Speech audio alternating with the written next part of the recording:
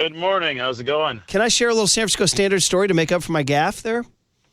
Yeah, let's hear it. So, we get asked, we all get asked by young graduates, hey, do you have any career advice? So, a young gal coming out of Berkeley named Jane Kenny, she worked at the Daily Cal. I knew her father at UCLA, and he said, can you talk to my daughter? So, I met Jane Kenny at North Beach last Friday before the Penny Pitch, and I talked to her about things and blah, blah, blah. And I said, have you ever talked to Carrie Crowley at the San Francisco Standard? She said, no. I got in touch with Carrie Crowley, and Carrie Crowley said, well, she sounds like she's pretty promising. Put her in touch. Maybe we can do something for the Valkyries. Did you read Jane Kenny's Valkyries piece in the Standard, David? I will now. It was freaking standing. She crushed it, and I think Carrie wants to onboard her. So you may have a new colleague pretty soon, David. Well, Kerry is a new colleague at the Standard, but he was also with me at the Athletic, although we didn't really overlap there. But he's awesome. He's my editor now. Kerry is. Yeah. And he is dominant as an editor. He's really, really good. So shout out to Kerry, and I'll read this piece as well. I was a little busy this weekend with the Brock Purdy stuff, but I'll get caught up on it. It was really. I was so proud to see a young woman out of Berkeley take her one opportunity. And also, they had graduation on Saturday. She had to go Friday, and she just crushed it. She painted a beautiful picture of the opener. So everybody should read the SF Standard.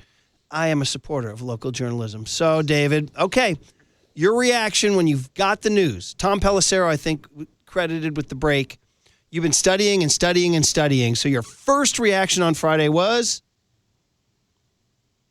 May 16th was my first reaction. I looked at the date, and I'm like, this is 2 months ahead of training camp. It's like 3.5 months ahead of when Ayuk and Bosa signed. And, what I'm doing now, I'm trying to make sense of the whole offseason. And when it comes to all this contract stuff, calling it the offseason of good faith, because you've got George Kittle having signed his contract in early May.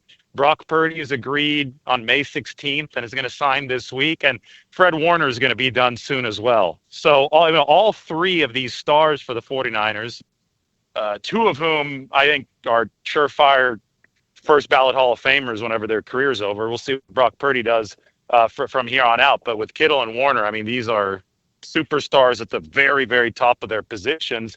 All three of these guys, it has not been tough sledding for the 49ers, and that's a big difference from years past. I think everything that you really, truly need to know about this contract is answered by the date on which the sides agreed to terms, and that is May 16th. It's remarkably early, and it does show us that there was good compromise from both sides, and there was good faith from both sides to get this done so that the 49ers could get to work.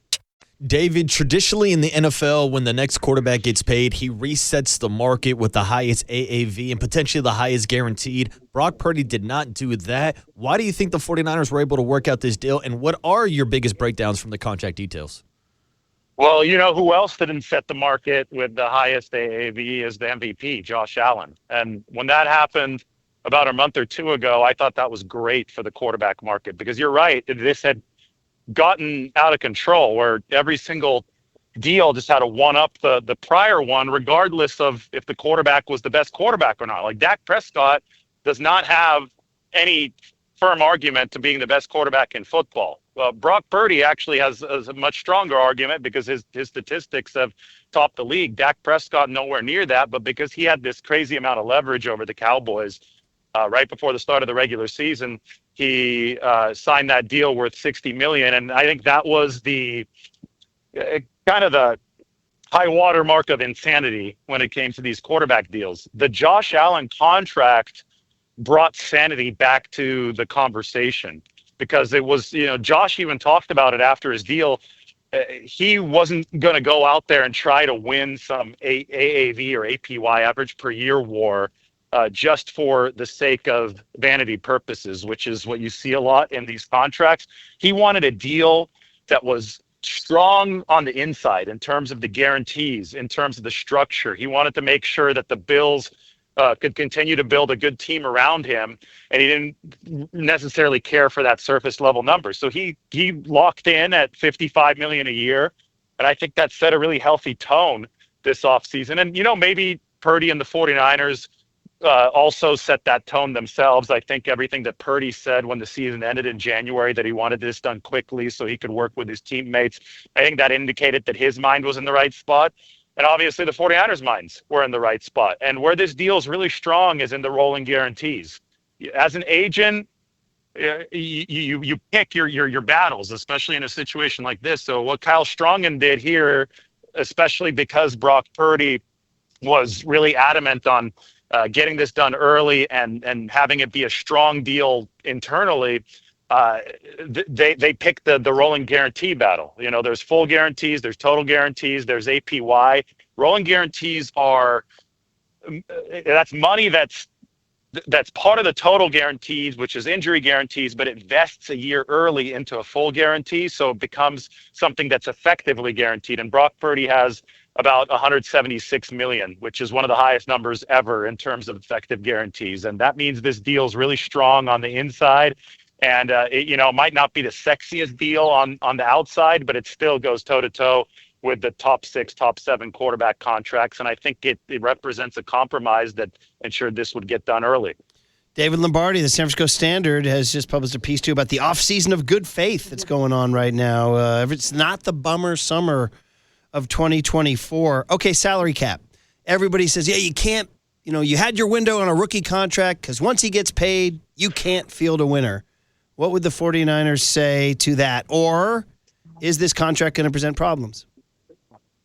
Well, the way that the cap works, it rises along with league revenues. And the 49ers have realized this more quickly than most other teams. The two teams that most effectively and most aggressively surf the wave of the rising salary cap are the 49ers and the Eagles. They had the most money by far over the past few years in void years in the future. So they love pushing salary cap hits backwards because it's like a zero interest loan, assuming the salary cap keeps on growing. So that's the strategy that the 49ers continue to take this offseason. They did it with the George Kittle contract. They're going to do it with the Fred Warner contract, and they're certainly doing it with the Brock Purdy contract. I thought that, the biggest nugget that I've reported so far is that the salary cap hit for Brock Purdy in 2025 is going to be only $8.5 million, because what they've managed to do is keep the base salary at the veteran minimum.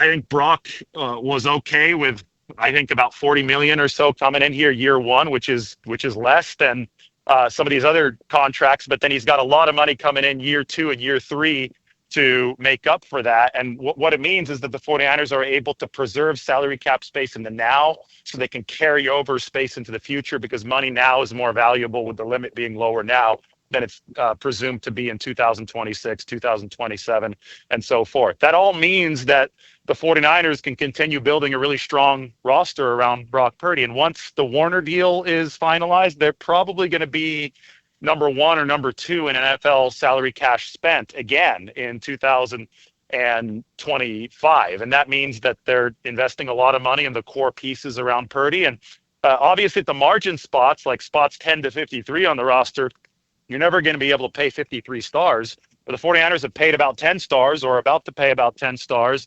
And the rest of the spots have to be filled up with quality depth. And that's where this draft class is going to come in. So either the draft class, which was huge in 2025, succeeds, or it doesn't. But if it succeeds and follows up on what looks to be a good 2024 class, I think the 49ers will be set up with a good roster.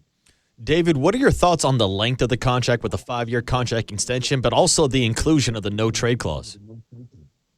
Well, the no trade clause is interesting because trades are becoming more prevalent in the NFL. So these big name quarterbacks in these recent contracts have started to get these no trade clauses.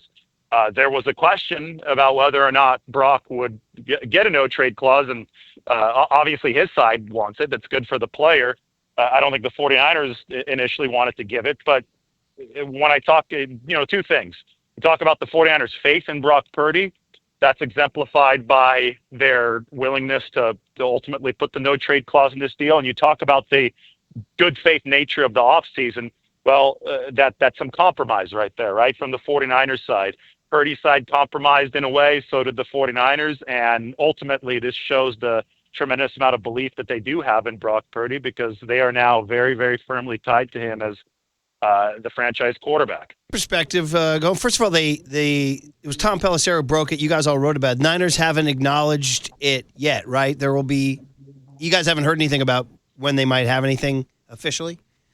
Well, he's going to sign the contract, I would think, either Tuesday or Wednesday. They're buttoning up final details. This all came together relatively fast based on what I've learned on Friday afternoon.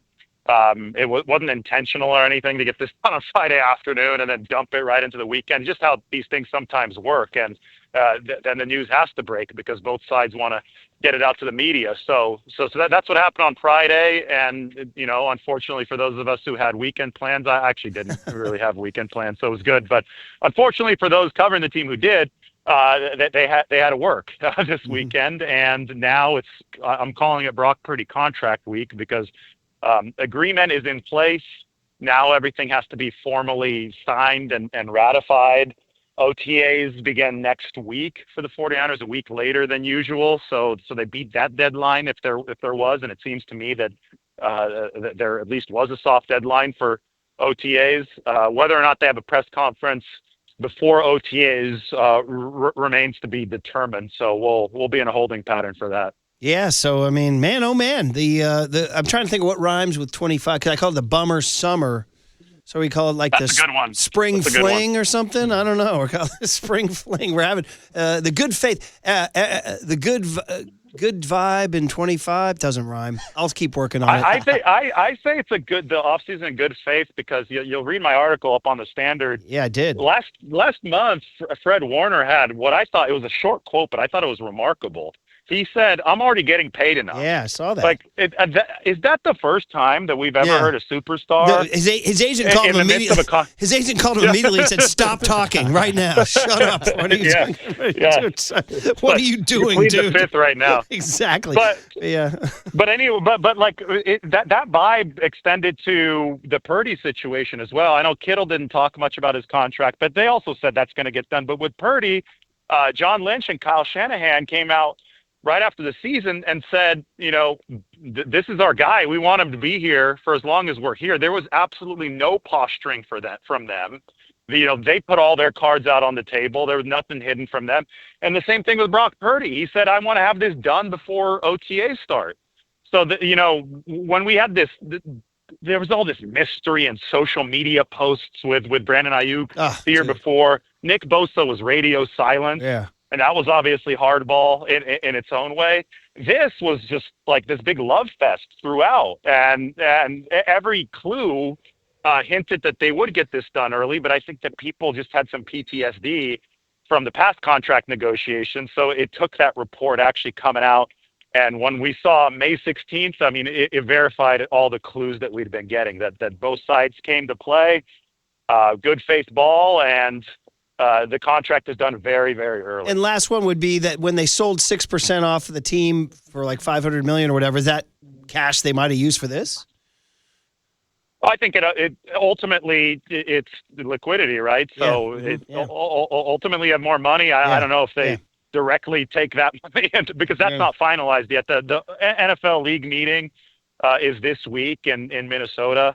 And the owners are going to ratify that this week. So I don't even know when the funds would be transferred. But it's a good way to raise money. $8.5 billion valuation. That comes out to about $510 million for the 6% stake. And I think they still want to sell another 4% because you could sell up to 10% with this new NFL rule.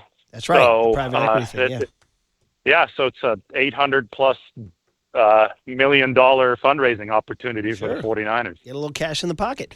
All right, David, good stuff. Love reading you in the Standard. Everybody should do it, and we appreciate sharing your thoughts, and we'll talk to you down the road. Yeah, thanks, David. All right, thanks, guys. Appreciate it. Yeah, David Lombardi, SF Standard, sfstandard.com. Johnny Shea, Danny Emmerman, David Lombardi.